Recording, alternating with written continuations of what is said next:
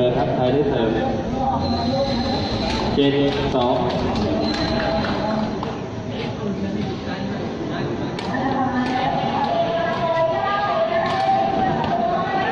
ของพัน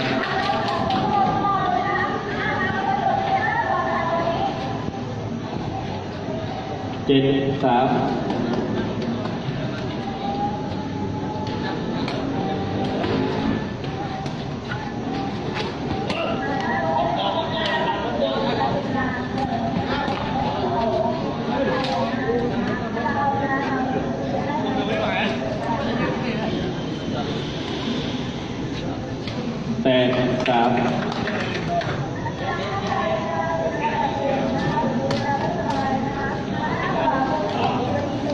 เป็นเซิร์ฟครับ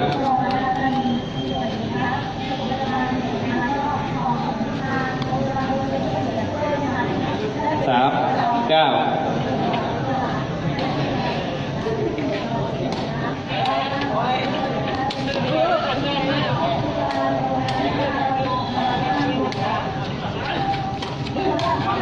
ลงครับ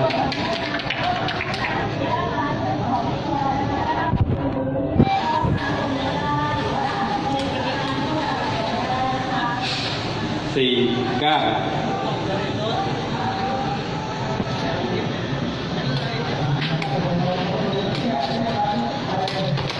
ดีครับ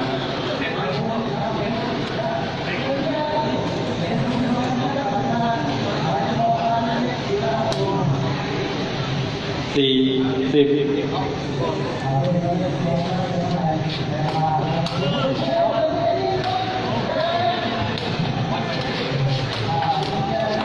ีครับเป็นเสิร์ฟครับไทยได้เสิร์ฟ15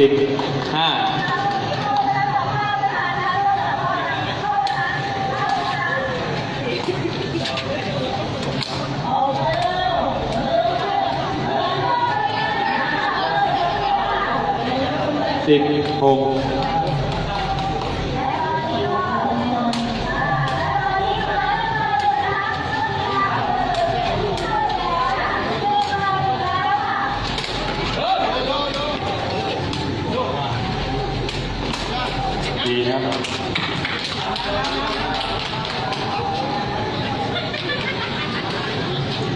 11-6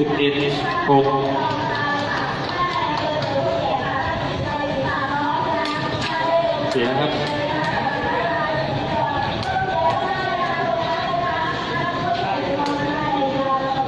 7-11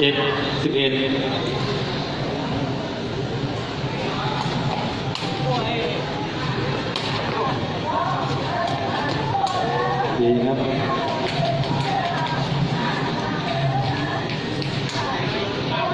7-12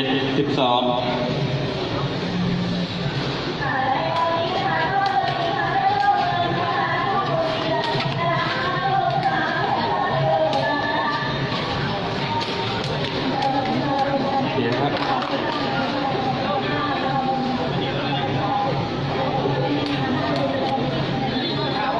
8-12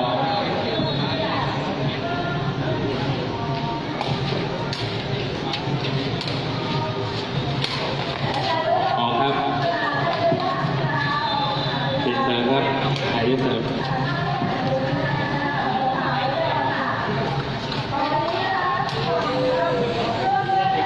12-9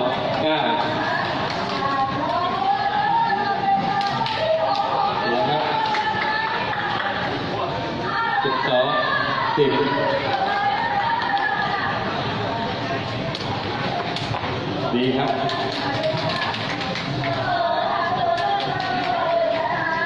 13-10ด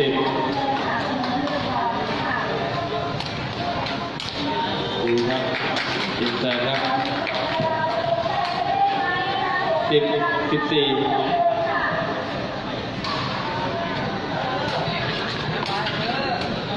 ดีครับ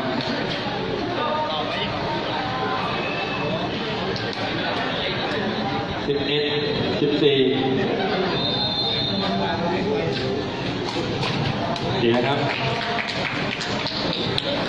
11-15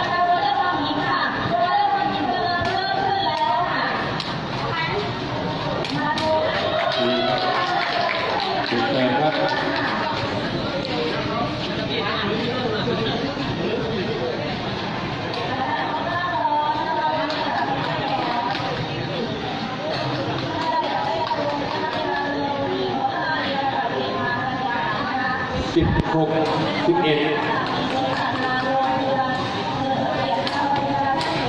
ดีครับ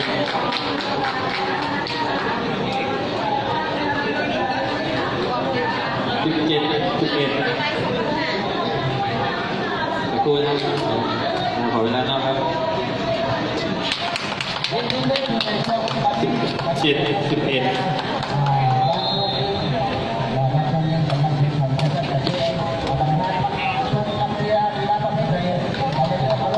18 11เ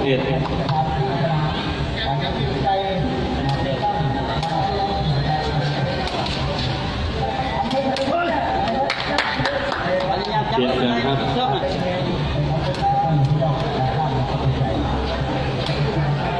12 18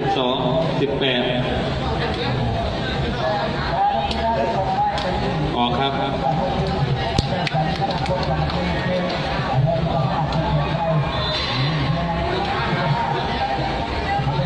12 19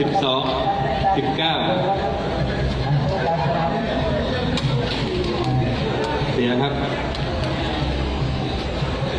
อีกแค่นี้นะครับ12 20